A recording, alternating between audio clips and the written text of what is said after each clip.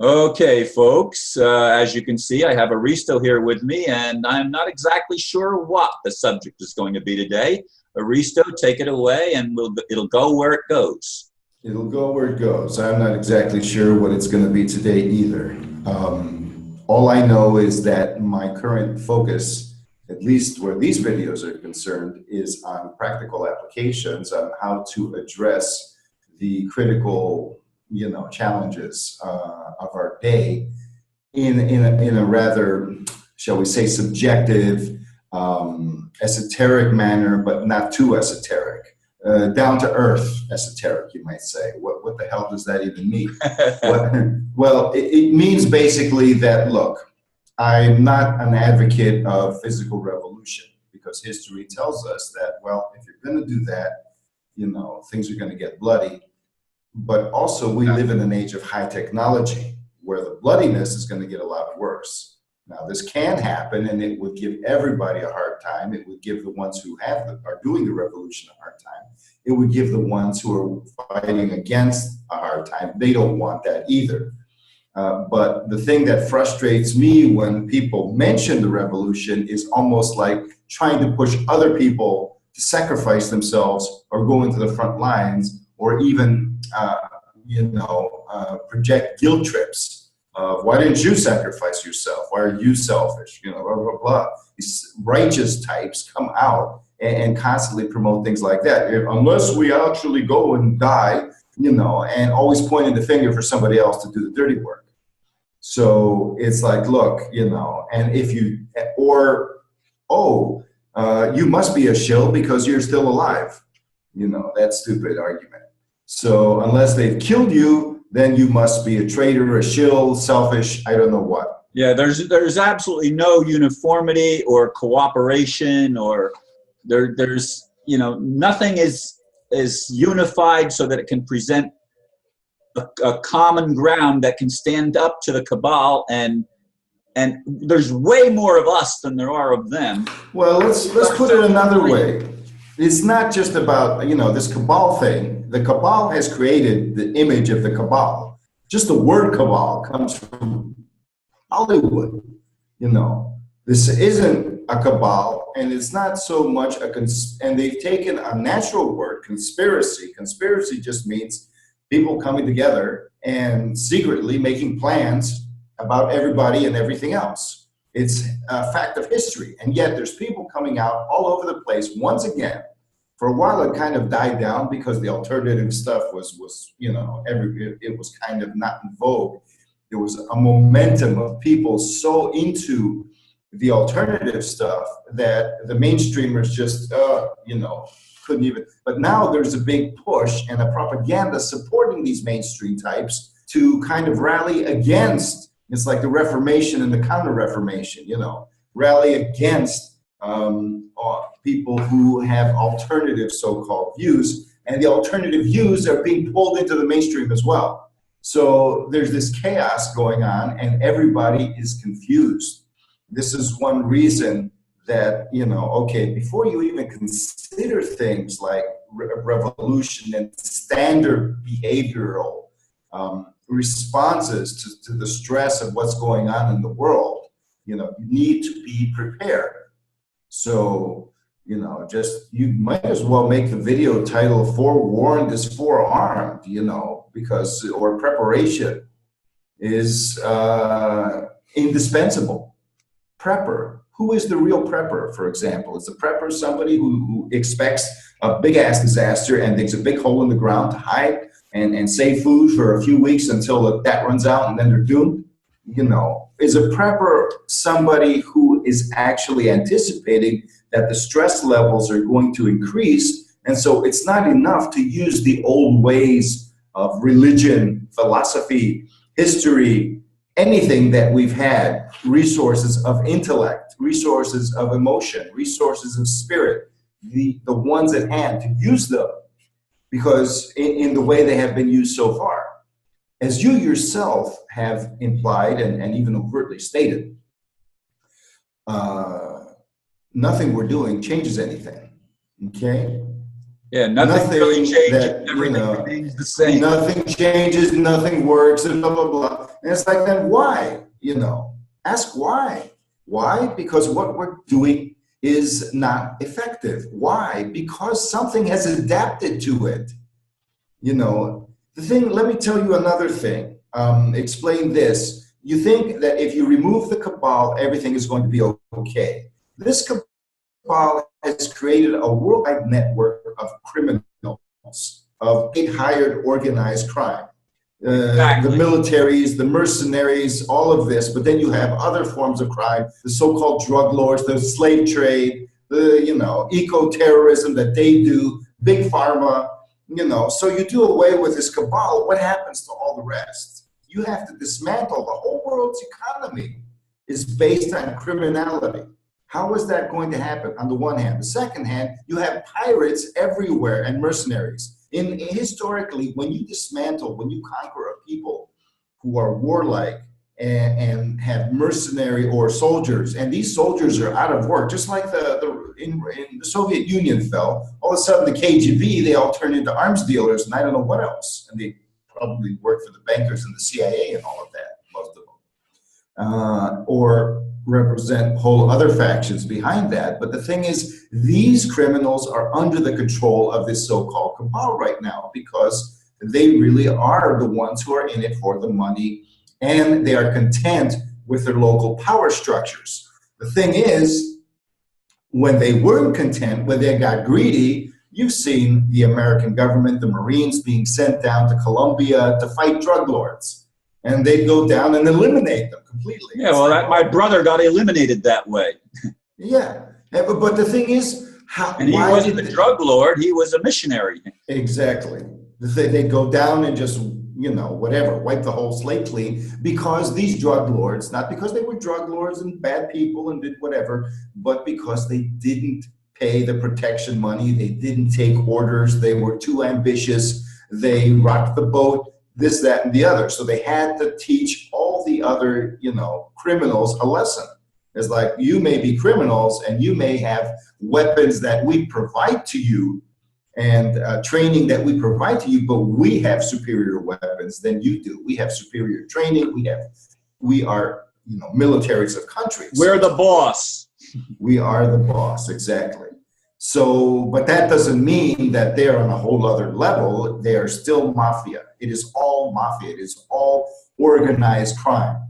It used to be that one of the biggest conspiracies earlier in the 20th century was organized crime. What do you mean mafia? What do you mean organized crime? That's a conspiracy theory.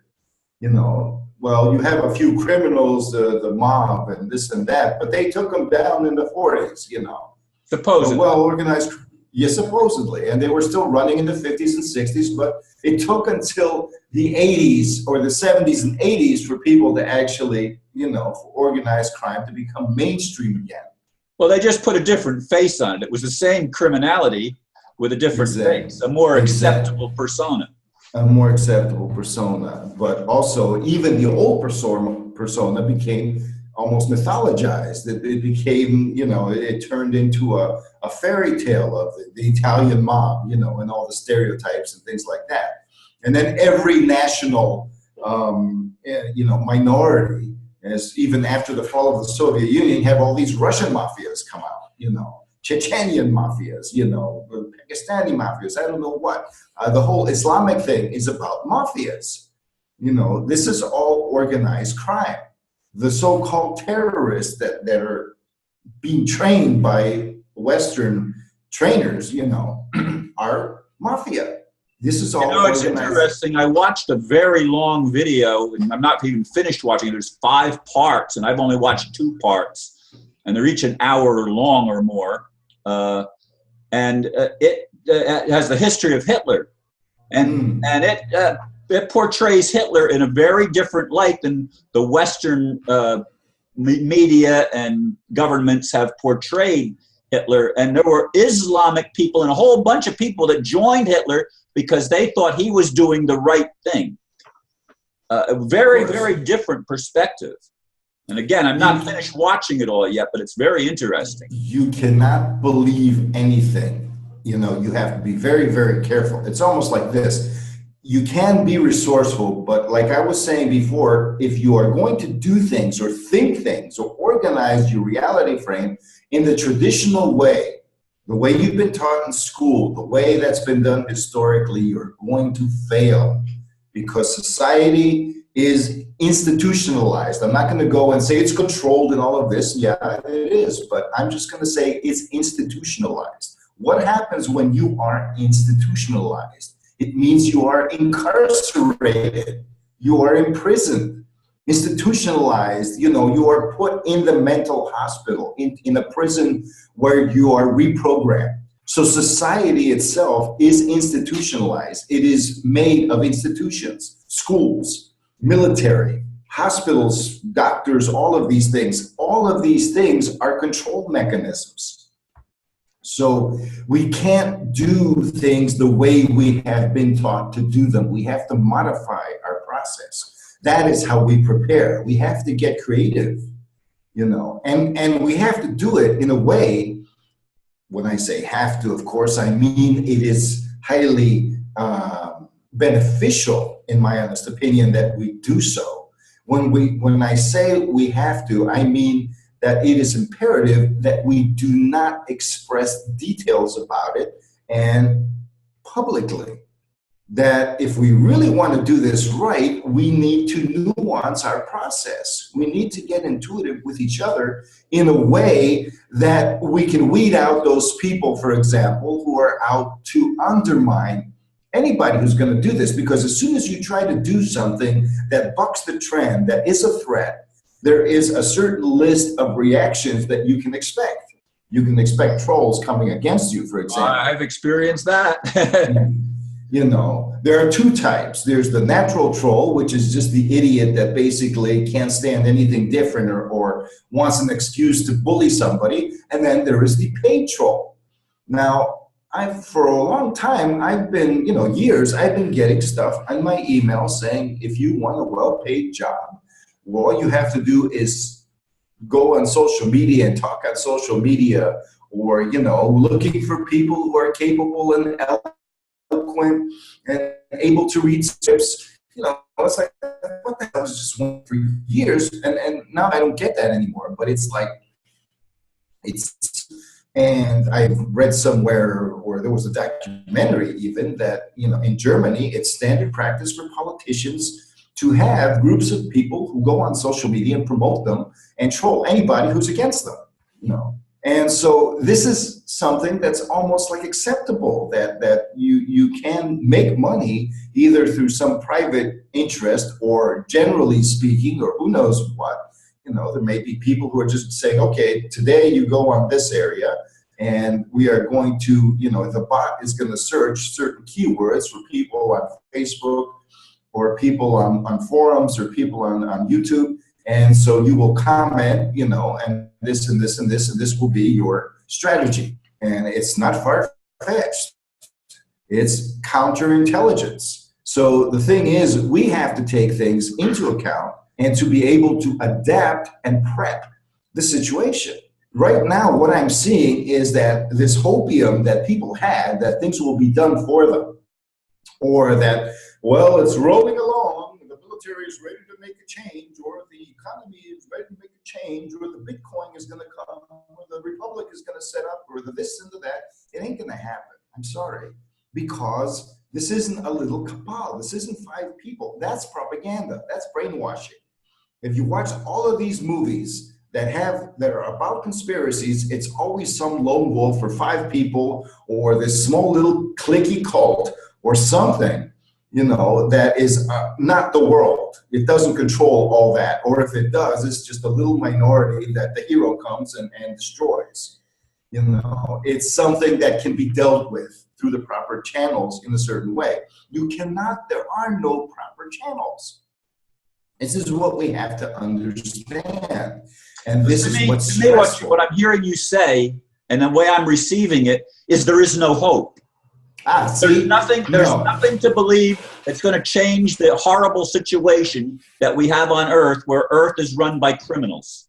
Because you have to find hope in a very, very narrow window. that is so narrow that you're trying to pass the whole world through the eye of a needle.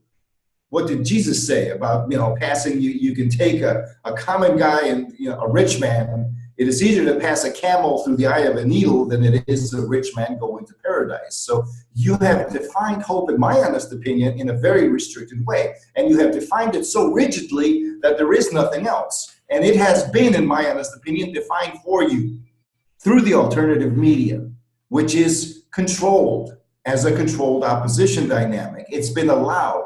And so you have these things come through, these narratives that are constantly coming through. And so, of course, you don't have hope because your cognitive dissonance is the framework of your viewpoint. If you have a window that's this big and then you have this framework that's basically cognitive dissonance, as soon as you try to expand your viewpoint, you're going to feel that dissonance, that hopelessness, that despair. And you're going to automatically react with thoughts. Like Steve said in the last video, these thoughts of judgments are going to come in, and then your responses are going to be standard.